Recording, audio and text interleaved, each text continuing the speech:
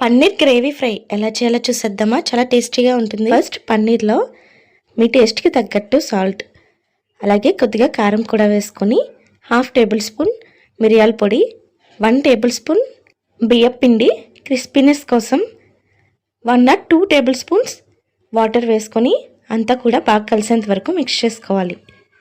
తర్వాత పన్నీర్ని ఫ్రై చేసుకొని పక్కన పెట్టుకోండి. ఇప్పుడు ప్యాన్లో 2 టేబుల్ స్పూన్స్ వరకు ఆయిల్ వేసుకొని ఆయిల్ హీట్ అయిన తర్వాత చిన్ని ముక్కలుగా కట్ చేసుకున్న వెల్లుల్లిపాయలు 2 నిమిషాలు ఫ్రై అయిన తర్వాత ఎండుమిర్చి, ఉల్లిపాయ ముక్కలు, కరివేపాకు వేసుకోవాలి.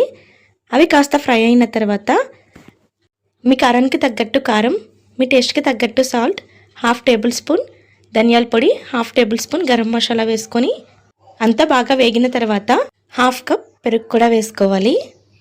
నెక్స్ట్ ఫ్రై చేసుకున్న పన్నీర్ ముక్కలు, అలాగే కొద్దిగా కొత్తిమీర వేసేసుకొని దగ్గర పడేంత వరకు ఫ్రై చేసుకుంటే సరిపోతుంది.